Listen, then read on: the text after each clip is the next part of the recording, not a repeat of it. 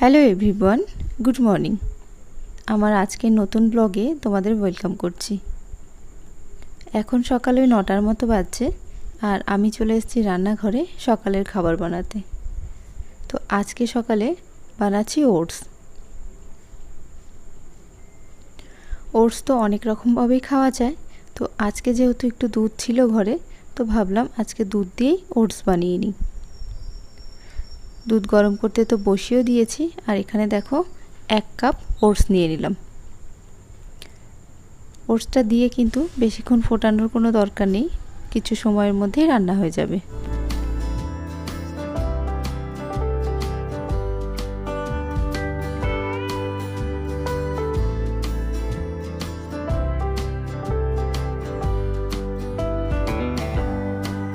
Oats একেবারে ready হয়ে গেছে, এবার একটা বাটিতে নিয়ে নিচ্ছি।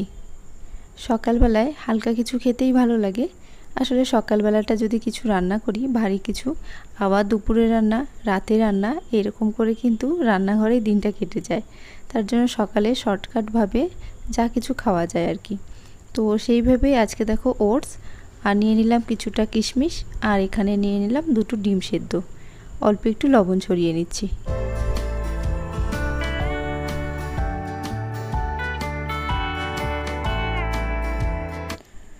হঠাৎ করেই ঘরে দরজা খোলার পর দেখছি গাছে 2টো ফুল হয়েছে। এই গাছে যতবারই ফুল হয় আমি কিন্তু তোমাদের সঙ্গে শেয়ার করি, আর আজকে একসঙ্গে 2টো ফুল দেখতে পাচ্ছি। বেলা গড়াতে গড়াতে না ফুলগুলো নেতিয়ে পড়ে। এই সকাল থেকে কিছুটা সময় ফুলগুলো কিন্তু এরকম সুন্দর থাকে। আর বাইরের ওয়েদারটা দেখো, নীল আকাশে সাদা মেঘ, দেখতে কিন্তু ভীষণ ভালো লাগে আর মনটাও কেমন পুজো পুজো মনে হয়। তো দেখো তারপর আবার চলে এসেছি রান্নাঘরে, আর এখানে মোচি জানলায় বসে আছে।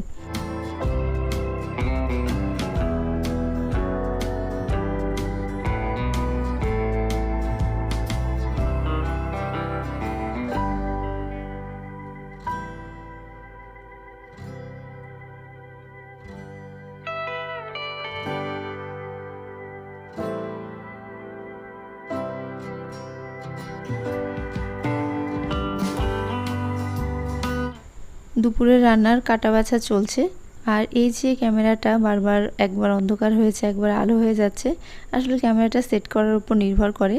যখন না ভিডিওগুলো করি তখন খুব একটা মাথায় থাকে না যে পরিষ্কার দেখা যাচ্ছে না অন্ধকার আছে, পরে আসলে বোঝা যায় যখন এডিট করতে বসি, তখন কিন্তু একটু খারাপই লেগে যায়, মনে হয় কেন যখন ভিডিওটা করি তখন ঠিকঠাক দেখে করি না।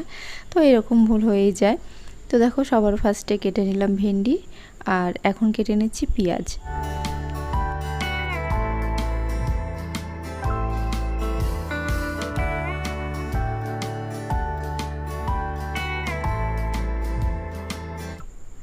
আজকে ভেন্ডি আর আলু দিয়ে একটা সিম্পল তরকারি করব, মানে পোস্ত, সর্ষে কিংবা ভেন্ডি দো পেঁয়াজা এরকম কিছুই না।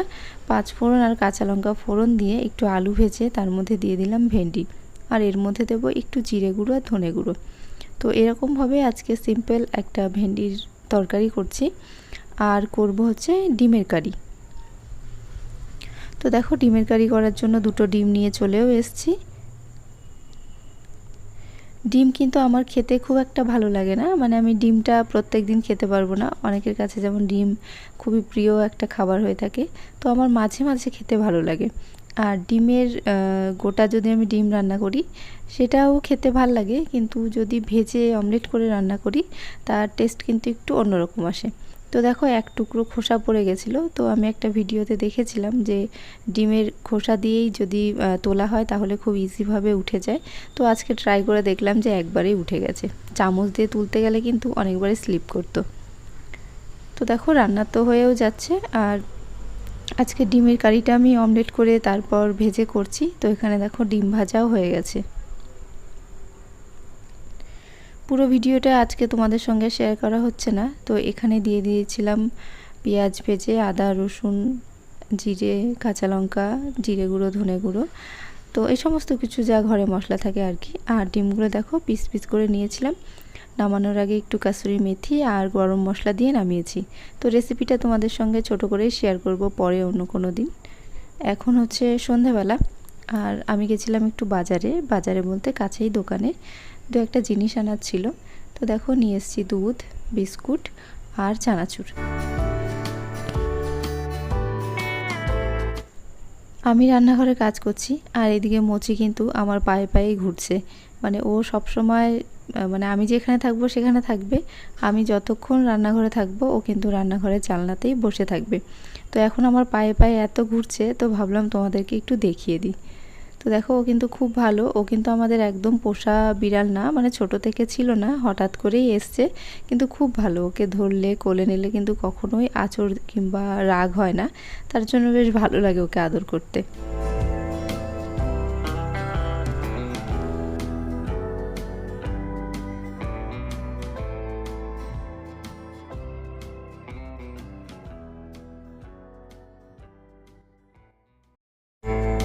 বাজারে হাঁটতে হাঁটতে একটু খিদেও পেয়ে গেছে, আর সন্ধেবেলাটা কিছু না খেলেও ভালো লাগে না। কিছু খাওয়া বলতে চা খেতেই বেশি ভালো লাগে। তো আজকে ভাবলাম চায়ের বদলে কফি খাবো, তো সে কারণেই দুধটা এনেছিলাম।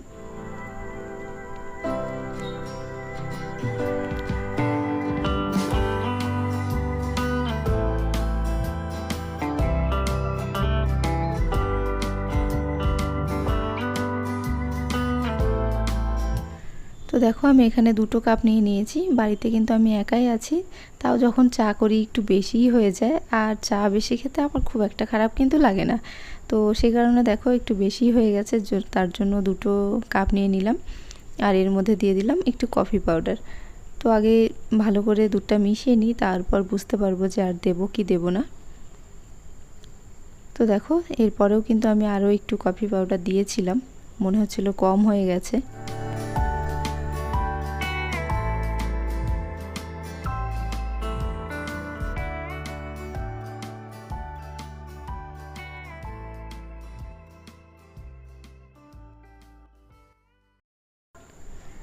তো চলো আজকের ব্লগটা এইটুকুই। তোমাদের ভালো লাগলে একটা লাইক করে চ্যানেলের পাশে থেকো, সাবস্ক্রাইব করো, শেয়ার করো। ভালো থেকো, টাটা।